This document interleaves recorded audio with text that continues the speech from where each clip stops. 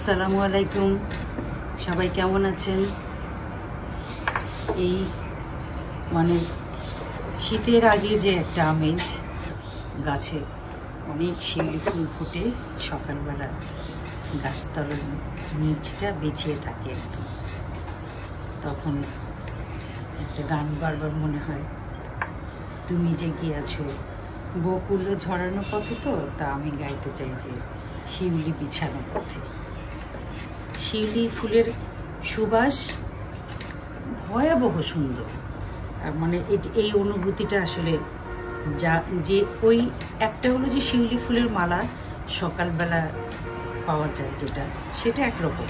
আর রাত্রে যখন গাছের গা ঝমঝম করে শিউলি ফুল ফুটে ঝরার অপেক্ষায়, তখন যে সুবাসটা, ওই সুবাসটা একদম স্বর্গীয়, অন্যরকম, অসাধারণ, মানে বর্ণনার অতীত। এই সময় সবার ভালো থাকার কথা। ভোর রাত্রে একটা চাদর গায়ে দিতে হচ্ছে আমাদের। আমি আজকে খুব সাধারণ সবসময় আমি খুব সাধারণ রান্না করি, আমি অসাধারণ রান্না পারি না।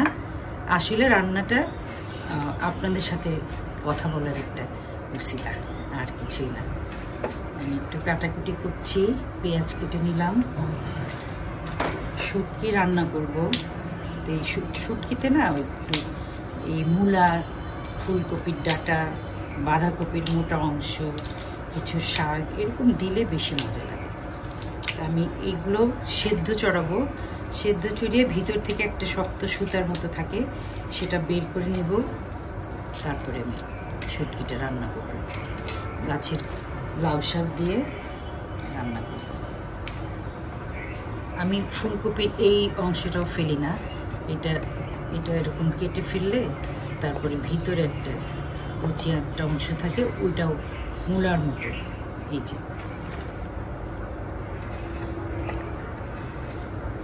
কাটলাম, এটা এখানে সিদ্ধ দিয়েছি, এটা আরেকটু সিদ্ধ হলে তারপরে আমি এটা রেডি করব। ততক্ষণে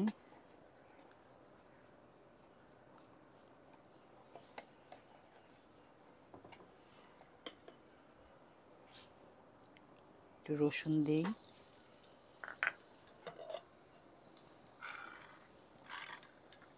কাটা পেঁয়াজ,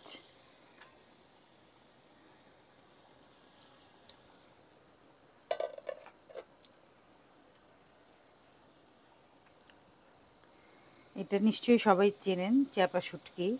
এটা আমাদের উত্তরবঙ্গে আমরা খুব একটা খাই না, মানে আমাদের এখানে হয় না। তো এই চাপা শুটকি তো খুবই জনপ্রিয়, একদম আমেরিকা, লন্ডন সব জায়গায় কেজি মন চাপা শুটকি যায়, সবাই খুব পছন্দ করে খায়। কিন্তু এই শুটকিটার পিছনে একটা শিল্প লুকিয়ে আছে, আমি এটাকে শিল্পই বলতে চাই। পুঁটি মাছ তো অনেক বড় বড় মাছ কখনোই হয় না, একদমই এগুলো হলো অরিজিনাল পুঁটি। তো এই পুঁটি মাছটাকে এমন একটা সিজনে ধরা হয় যে সময় তার পেটে ডিম থাকে না, কিন্তু তেল থাকে। তো তারপরে যখন কাটা হয়, কাটার পরে যে তেলটা, ওই তেলটা টিপ দিয়ে বের করে একটা জায়গায় জমা করা হয়। ওই তেলটাই হলো যে মহিলারা কাটেন তাদের পারিশ্রমিক। তাদের কাছ থেকে আবার কেজি দরে, ওই তেলের অনেক দাম, ওই তেলটা কেজি দরে কিনে নেন, তখন ওনারা যারা কাজ করেন তারা লাভবান হন। এই আমি যেটা বলতে চাচ্ছি সেটা হলো, আমি একজন নারী মানুষ হিসেবে গর্ব করতে পারি যে আমরা সময় অপচয় করি না। যারা গসপিং করে বেড়ান, যারা সারা দুপুর এই পাড়া ওই পাড়া করে বেড়ান, উইন্ডো শপিং করেন, তাদের কোনো দোষ বলছি না আমি, তাদের হয়তো তেমন কোনো কাজ নাই। কিন্তু নারী মানুষ যখন সংসারে হাল ধরতে হয় বা সংসারে তার তার উপার্জনটা দরকার, তখন সে যে কষ্টটা করতে পারে, একজন নারী মানুষ কখনোই বিড়ি সিগারেট খাওয়ার জন্য সময় নষ্ট করে না কাজের মাঝে, বারবার তাকে উঠে যেতে হয় না। আর সে যে মনোযোগ দিয়ে কাজ করতে পারে, এই একটা পুঁটি মাছের পেট থেকে কতটুকু তেল বের হয়, সেই তেলটা একটা জায়গায় জমা হয়, তারপরে সেই ওইটা ওনার প্রাপ্য। এবং তারপরে যে শুটকির যে মানে ওই জায়গাটার মালিক, কোম্পানি বলবো না, ফ্যাক্টরি বলবো জানি না, যে মালিক উনি আবার ওনাদের কাছ থেকে শের দরে সেই তেলটা কিনে নেন। এরপরে বাকি প্রসেসিং, শুটকি প্রসেসিং একটা মাটির হাঁড়িতে ভরে কলাপাতা দিয়ে মুড়িয়ে তারপরে অন্ধকার জায়গায়, অথবা জনশ্রুতি আছে যে মাটির নিচে সেটা পচানো হয়। আমি আসলে এটা শিওর না, এটা কলাপাতা দিয়ে মোড়ানো থাকে, এটা আমি দেখেছি। তো যাই হোক, আমি যেটা বলতে চাইছি যে একজন নারী, একজন পুরুষের অনেক শক্তি, পেশি শক্তি, মানসিক শক্তি, আর্থিক শক্তি, জীবিকা উপার্জন করার জন্য তার যে স্বাধীনতা, তার পোশাকের স্বাধীনতা, সব কিছু আছে। কিন্তু নারীর অনেক রকম অবস্ট্রাকল, অনেক রকম পথে বাধা অতিক্রম করে তাকে কাজ করতে হয়। কিন্তু আমরা যখন কাজে নামি তখন আমরা ফাঁকি দেই না। সেই ফাঁকি না দেওয়ার একটা উৎকৃষ্ট উদাহরণ এই চাপা শুটকির প্রসেসিংটা। এবং আমরা প্রত্যেকটা কাজে আমাদের মা খালারা যারা অফিসে চাকরি করেন, বোনেরা যারা চাকরি করেন, তারা কিন্তু কখনোই মানে 10 মিনিট পর পর বিড়ি সিগারেট খাওয়ার জন্য তারা বাইরে যেতে চান না, যেটা পুরুষরা করে থাকেন। তো আমি আমাদের নারী জাতিকে সাধুবাদ জানাই, স্যালুট জানাই, এবং এই জাতির একজন হিসেবে নিজে সবসময় গর্ববোধ করি।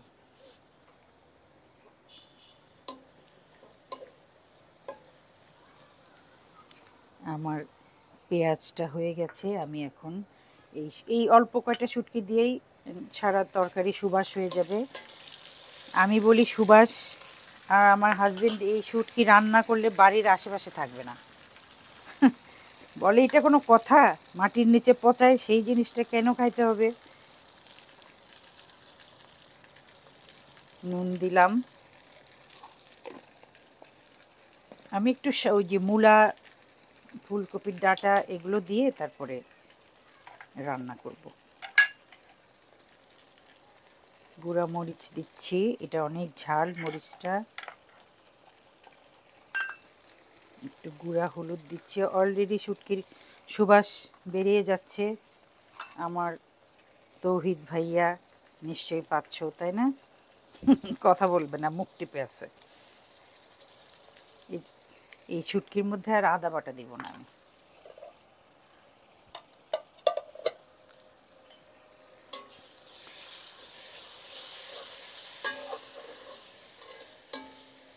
একটু জালটা কমিয়ে রাখলাম, কারণ আমার ফুলকপির ডাঁটাটা ঠিক মানে ডাঁটাটা করতে হবে।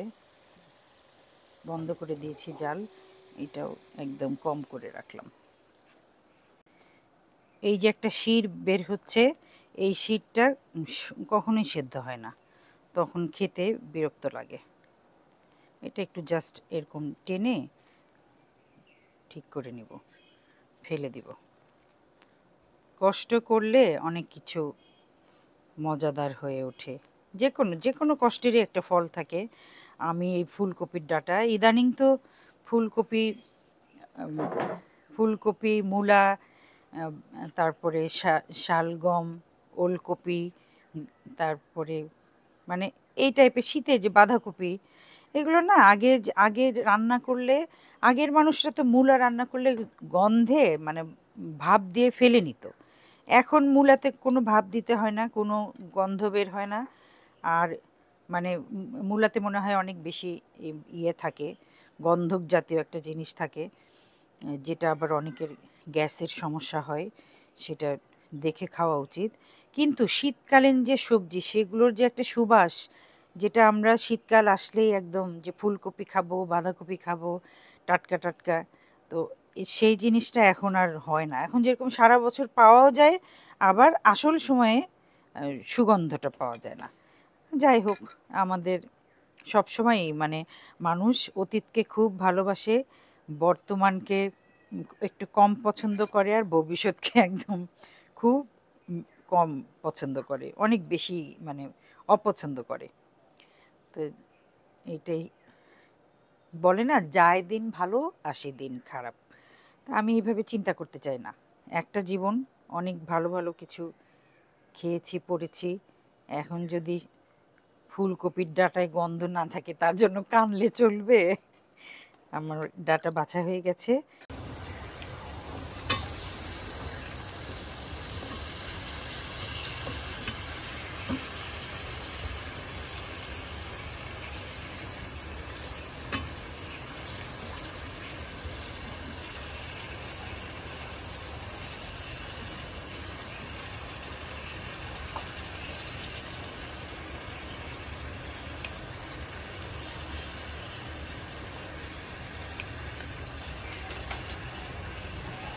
আমি এটাতে একটু লাউ শাক দিব, আমার বাগানের গাছের শাক, বিন্দু লাউ, অনেকগুলো বিন্দু লাউ ধরেছিল, বিন্দু লাউ রান্নাও করেছিলাম।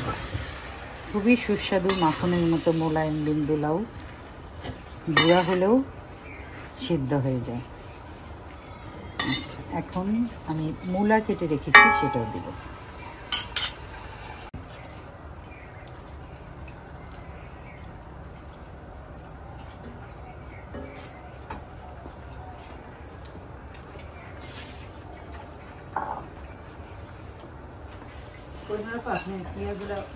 বেগুনগুলো আলাদা করেন। তো এখন দেখা যাচ্ছে এতগুলো, একটু পরে শাকটা যখন সিদ্ধ হয়ে আসবে তখন একদম কমে যাবে।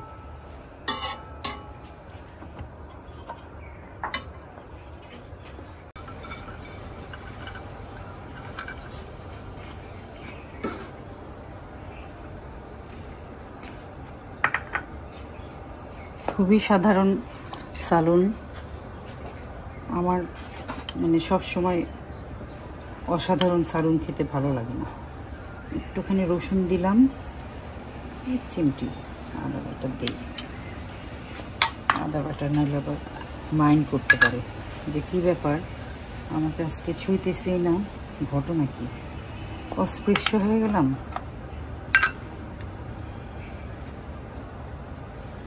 আমি বেগুন আর আলু দিয়ে ট্যাংরা মাছ মাখিয়ে বসাবো।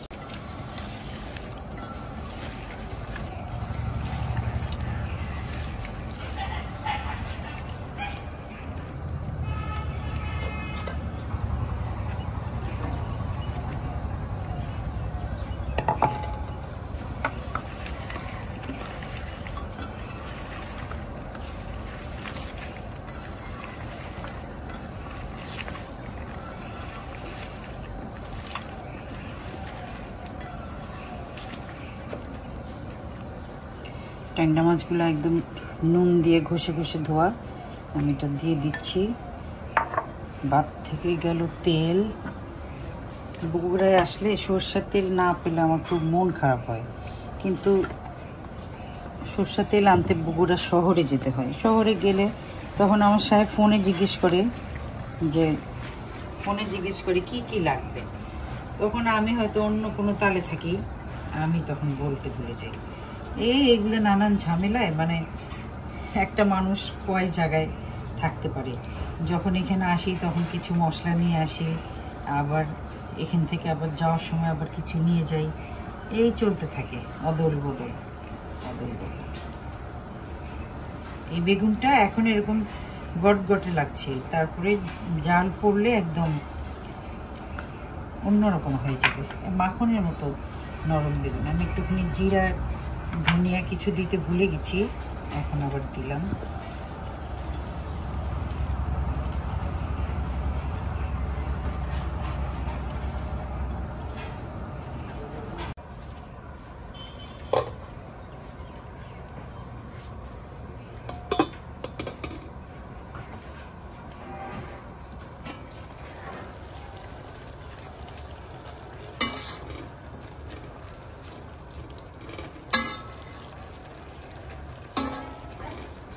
বললাম না যে একদম কমে যাবে।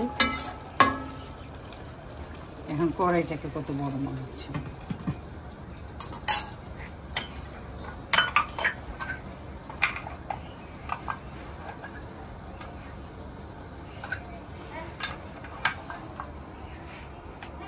মজার গল্প করি, আমি আমার চ্যানেলে একদম প্রথম দিকে দেখিয়েছিলাম করল্লার চচ্চড়ি।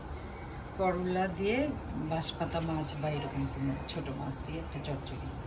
তো ওইটা দেখে আমাদের আমাদের কিবোর্ডিস্ট নজরুল। আর ও মানে ও খুবই আন্তরিক, খুবই মানে এত মজার মজার করে কথা বলে। নজরুল বলে, আপা আপনার ওই করলার চচ্চড়ি দেখে আমার তোমার ওর ভাষায় মানে করলার চচ্চড়ি দেখে তো আমার এত খাইতে ইচ্ছা করলো, বউরে করলাম রান্দা দাও। বউ গায়ে আমি পারবো না, তুমি তোমার আপা কেমনে রাঁধছে তুমি। তারপরে শেষে বউকে দিয়েই বুঝে দেখে দেখে রান্না করেছে। বলে, আপা এরপরে যে তিতা লাগলো কেউ আর খাইতারে না।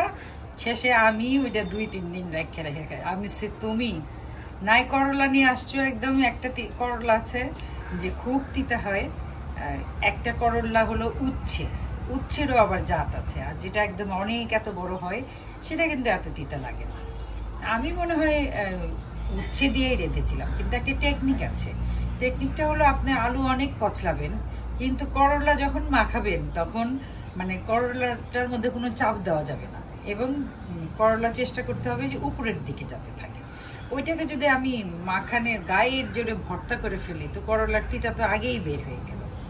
তো অথবা নজরুলের করলাটাই বেশি তিতা ছিল।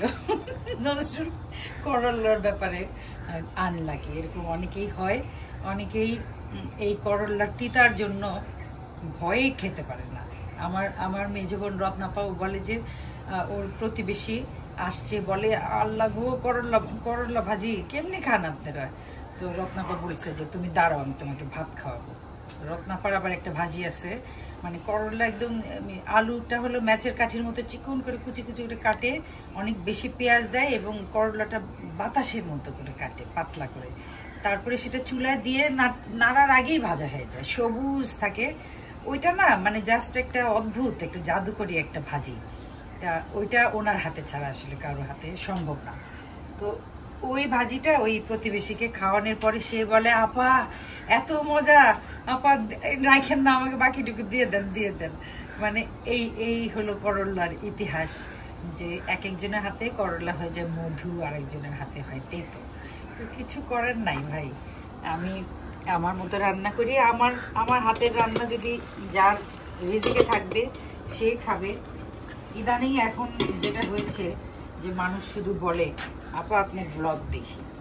আমি চিন্তা করি যে আল্লাহ, আমি সবাইকে ভুলে যাচ্ছে যে আমি গান গাই, নাকি আমার গানের বাকি পিছনের ইতিহাসটাই মুছে যাবে।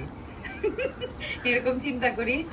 আর চিন্তা না, এটা দুশ্চিন্তা করি। আর চিন্তা করি যে রান্না করাটা বাদই দিব নাকি। এই ভিডিওতে রান্না করা যদি বাদ দিই তাহলে ঘরেও রান্না করবো না। কিন্তু আসলে সেটা আমি পারবো না। আমি যে মানুষের যেটা অভ্যাস, আমার কারো কোটা বাছা দেখলেই আমার বটি নিয়ে বসতে ইচ্ছে করে। আমার এত প্রিয় রান্না করাটা, বারবার বলি রান্না করাটা আমার প্যাশন, আমার খুব প্রিয় কাজের একটা। রং তুলি, রান্না, গাছপালা, নাতি নাতনি, এগুলো আমার কাগজ কলম, এগুলো আমার খুব প্রিয় সাবজেক্ট। সত্যিকার অর্থে আমি এটা গর্ব করি না, এটা সবাই জানে। আমি সব ভালো ভালো জিনিসের সাথে থাকি এবং বাকি জীবনে থাকবো ইনশাআল্লাহ।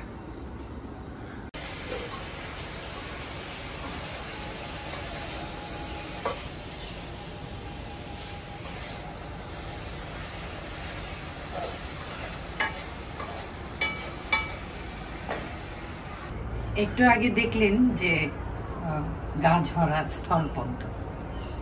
আমি না খুব আশ্চর্য হয়ে যাই যে এই পদ্মের নাম কেন স্থলপদ্ম হবে। এর নাম হওয়া উচিত আকাশ পদ্ম, যেটা পুকুরে হয় বা আমার বাগানেও আছে। একটা হলুদ, সবুজাভ হলুদ পদ্ম, খুব ক্রিম টাইপের কালার। সেই পদ্মটা, দুটো পদ্ম ফুটলো, আবার মনে হয় ইনশাল্লাহ ফেব্রুয়ারির পরে তারপরে আবার ফোটা শুরু হবে, কলি আসা শুরু হবে। কিন্তু এই স্থলপদ্ম আমি গাছ, এটা সকালবেলা একদম হালকা পাউডার পিঙ্ক থাকে, তারপরে দুপুরবেলা এরকম রং হয়, বিকেলের দিকে একটু পার্পল টাইপের হয়ে যায়। এবং অনেক বড় গাছ হয়েছে, গাছের মানে দিগন্ত ছোঁয়া গাছ। তো আমার কাছে বারবার মনে হয় যে এর নাম স্থলপদ্ম না, এর নাম আকাশপদ্ম। আমি এই যেখানে সাজিয়েছি, খোপায় পড়েছি, আমার খুব এটা হলো অনন্তলতা, গোলাপি অনন্তলতা, আর এই যে স্থলপদ্ম। কিন্তু খুব অদ্ভুত কথা যে এই স্থলপদ্ম নাকি বড়া ভেজে খাওয়া যায়। আমি একদম মনকে সায় দিতে পারি না যে এত সুন্দর পদ্ম ফুলটা, এত সুন্দর স্থলপদ্মটাকে মানে আমি আগুনে দিব, তেলে দিব, ভাবাই যায় না।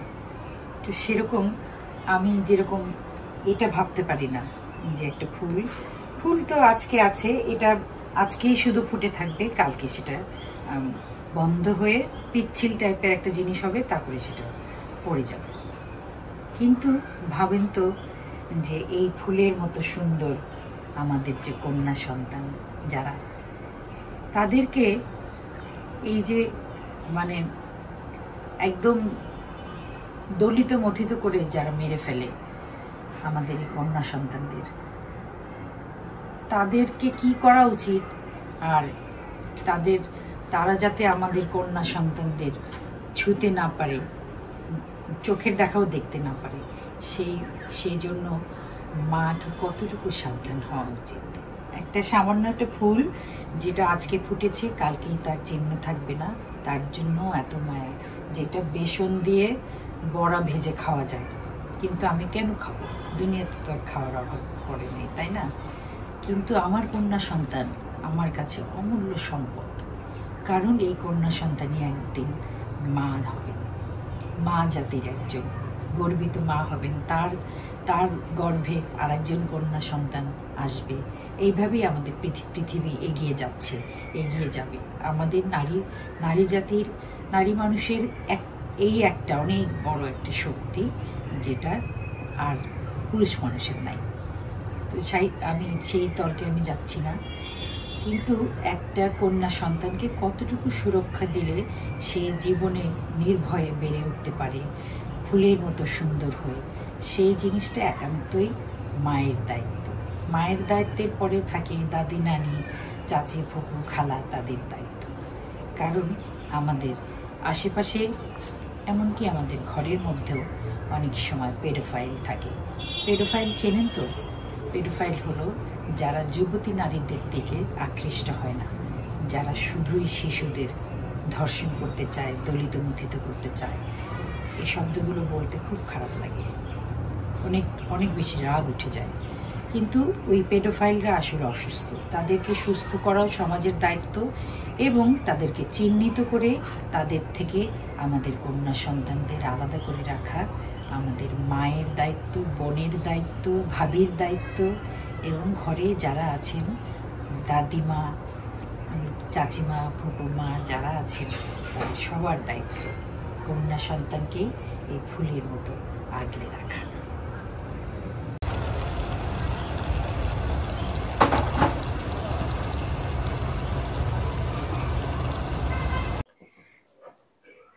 আমাদের এদিককার মানুষরা বলে পুরপুরি, একটু পোড়া লাগবে, এই যে দেখেন, এই যে একটু পোড়া লেগেছে, এবং একদম পানি টানি একদম থাকবে না, তেলের উপরে থাকবে।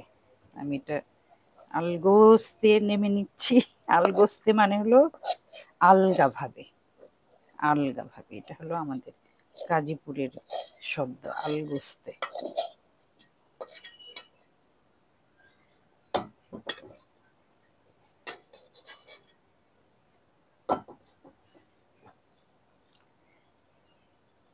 মজাদার একদম মাখো মাখো ট্যাংরা মাছের চচ্চড়ি, পুরপুরি বা সালুন, যাই কিছু বলেন।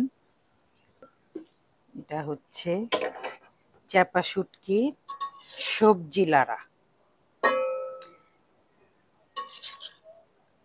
একটু লাউ শাক আছে, মূলা আছে, বেগুন দেই নাই, বেগুন আমি সুগন্ধটা পাচ্ছি, বেল দিয়ে তো তার সুগন্ধ পাওয়া যায় না। এটা খুবই মজাদার একটা সালুন, যারা চ্যাপা শুটকি খায় তারা বুঝবে।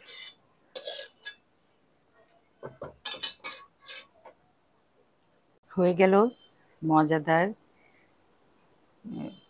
ট্যাংরা মাছের চচ্চড়ি বা পুরপুরি। আর এটা হলো শুটকি দিয়ে নানান রকম হরেক রকম সবজি দিয়ে শাক, শুটকির লাড়া। আজকে এ পর্যন্তই। না, এ পর্যন্তই না, আমি আপনাদের সালুন দেখিয়ে এ পর্যন্তই বলতে চাই না। আমি এই যে আমার আকাশ পদ্ম, নতুন নাম দিলাম, কোনো অসুবিধা নাই। রবীন্দ্রনাথ বাবু, রবীন্দ্রনাথ ঠাকুর কত নাম দিয়েছেন, আমি না হয় অনেক ছোট মানুষ, তা আকাশ ছুঁয়ে যে পদ্ম ফোটে তাকে আমি আকাশ পদ্মই বলি। তো যাই হোক, আমার ফুলেল শুভেচ্ছায় গোলাপি রংটা একদম স্বর্গীয় রং, আমি খোঁপায় পড়েছি এবং হাতে রেখেছি। আপনাদের সমস্ত এর ফুলের মতো জীবন সুন্দর হোক, মন থেকে আমার দোয়া। এবং আপনারা যারা আমার সাথে আছেন, আমি কখনো কিন্তু আপনাদের বলি না যে লাইক দেন, সাবস্ক্রাইব করুন, কমেন্ট করুন। আপনারা নিজের উদ্যোগে, নিজের ভালোবাসায় যেভাবে আমার সাথে আছেন সেভাবেই থাকেন, তাড়াহুড়ার কোনো দরকার নেই। যদিও সিলভার বাটন কাছাকাছি পৌঁছে গেছি, ইনশাল্লাহ তাড়াতাড়ি পেয়ে যাব। সব কিছু আমি আমার জীবনের প্রতিটা পদক্ষেপ, প্রত্যেকটা সামনে এগিয়ে যাওয়া, সব কিছুই আমি খুবই এনজয় করি, কারণ জীবনটা খুব ছোট। সেখানে তাড়াহুড়ো করার কোনো দরকার নেই। আল্লাহ যা দেন ভালোবেসে দেন। আকাশে ফয়সালা হবে, নিচে আপনি কি পাচ্ছেন। আল্লাহ আপনাদের সবাইকে সবার মনের ভালো ভালো আশাগুলো পূর্ণ করে দিক। আমার জন্য দোয়া করবেন এবং এভাবেই সাথে থাকবেন। আসসালামু আলাইকুম।